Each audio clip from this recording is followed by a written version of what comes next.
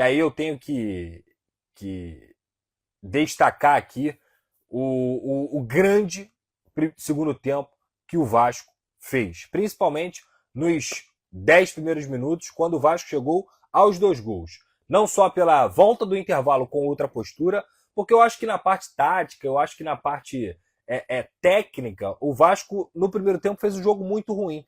Já no segundo tempo, o Vasco voltou com outro espírito, voltou com outra postura. E tudo isso tem a ver com o grande craque que o Vasco tem, com esse cara que está voltando na partida de hoje, que voltou na partida de hoje, que é o Dimitri Payet. É um atleta que muda o jogo assim. Assim. Essa é a grande diferença de um Vasco que tem o Payet e de um Vasco que não tem o Payet. Porque por mais que ele não estivesse fazendo um grande jogo, em 2 bolas, ele decide partidas. Ele decide partidas, por exemplo, voltando a ser importante na bola parada. No começo do ano, o Vasco fazia partidas ruins em alguns momentos e o Payet conseguia decidir com a bola parada. E essa decisão voltou a acontecer, e aí eu tenho que parabenizar aqui um cara que é trabalhador, que é batalhador, que sempre se dedica, que já teve bons momentos no Vasco da Gama, ótimos momentos, e já teve momentos ruins também, momentos de baixa. Chegou a ser o 4º reserva, por exemplo, nessa temporada. E o que o Maicon fez? Hoje ele conseguiu fazer um gol. Inclusive na transmissão destacaram, o Maicon não fazia um gol há 6 anos, desde que ele jogava no Galatasaray. E foi um gol de um cara que batalha pelo Vasco, que honra a camisa do Vasco. Que, por exemplo, quando teve o protesto lá no CT, foi o primeiro a colocar a cara, foi o primeiro a assumir a responsabilidade dos momentos ruins que estavam acontecendo. Porque ele tem uma postura de líder, porque ele é um grande jogador, que tem uma grande carreira, que sabe exatamente o que é vestir a camisa de um grande time, como foi do Galatasaray, como foi a do São Paulo, como foi a do Porto. O Maicon é um jogador de uma grande carreira. Então hoje eu fico muito feliz também por ele ter sido coroado com esse grande gol, com esse grande jogo também que o próprio Maicon fez. E aí a grande mudança no segundo tempo, além do Payet e também esse gol da bola parada, foi a entrada do Adson. O Adson foi uma grata surpresa, ele entrou flutuando tanto pela direita quanto pelo meio. É um jogador que foi contratado a peso de ouro pelo Vasco da Gama e naquele momento ali ele não estava conseguindo render, não estava conseguindo mostrar. Às vezes as pessoas falavam assim, por que o Adson não joga? A verdade é que nas partidas que o Adson entrou dentro dessa temporada com o Vasco da Gama, ele foi mal. O Adson fez um grande jogo nessa temporada, que foi, se eu não me engano, na partida contra o Marcílio Dias na Copa do Brasil, que inclusive estava sem o Payet e o Adson fez um papel de meia. E ele jogou muito naquele jogo ali, inclusive fez o gol. Qualidade, todo mundo sabe que o Adson tem. Todo mundo sabe, está muito claro isso. Eu sempre falei o seguinte, ninguém joga mais de 100 jogos com a camisa do Corinthians, que tem uma pressão enorme, sendo ruim de bola. Isso não existe. Mas ele entrou bem. Ele entrou bem e ele mudou a parte criativa do Vasco da Gama. Inclusive, se tem algo a se retocar no segundo tempo do Vasco da Gama, é a quantidade de chances que foram perdidas. De tomadas de decisão. De você ter oportunidade de pegar o time em contra-ataque, de pegar uma vitória vulnerável e toda hora um David errava uma tomada de decisão, o Verratti também acabava errando, e o Adson também acabava errando. Era o momento de quê? De matar o jogo. Mata o jogo. Faz o 3-0. Para quê? Para que você não passe o sufoco que aconteceu depois que o Vitória acabou fazendo um gol. Inclusive o Rafael Claus inventou de dar 10 minutos de acréscimo. Ele deu 6 mais 4, o que é uma loucura completa pelo que estava acontecendo na partida. Ele deu 4 minutos a mais. Ele não deu 1 a mais, ele não deu 2 a mais, ele deu 4 minutos a mais. Então, por si só, já mostra o que eu falo dele. Ele é um cara que é difícil você conseguir traduzir, porque é uma bomba relógio. Ela pode fazer um grande jogo, não explodir, e ela pode explodir. É um cara que é uma incógnita. Você não sabe o que vai ser de Rafael Claus quando ele apita um jogo e o que ele vai fazer com essa partida. Menos mal que o Vasco venceu. Deixa eu dar esse recado aqui da Simples Reserva. Deixa o seu like, pega esse recado aí da Simples Reserva. A Simples Reserva é a nova parceira do canal do Pedrosa e ela tem um conceito que o nome já traduz. Simples. É roupa de qualidade sem preço astronômico. Para mim, a ideia de estar bem vestido também é saber ser simples, onde quer que você esteja. Seja no trabalho, no lazer, com frio ou calor, é o que faz parte do seu dia a dia.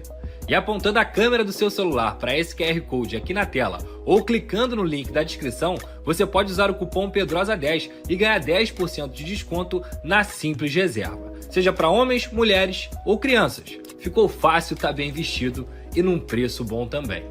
Quer saber mais? Clica lá, vem comigo, tamo junto.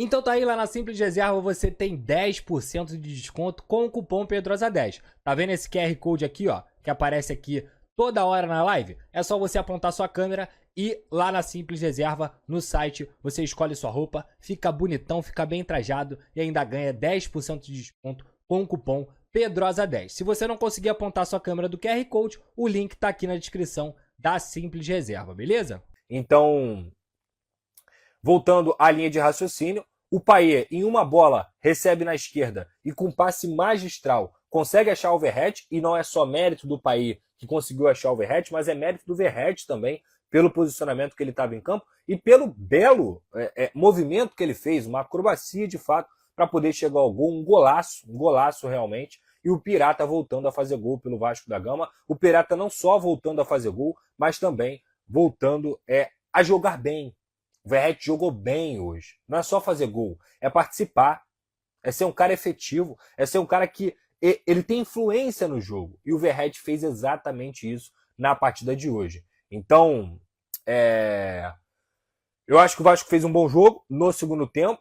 Esse bom jogo permitiu ao Vasco da Gama, com a volta do Payet também, construir um resultado diante de um adversário frágil, diante de um adversário que não faz um grande campeonato brasileiro, muito pelo contrário, tem vários problemas.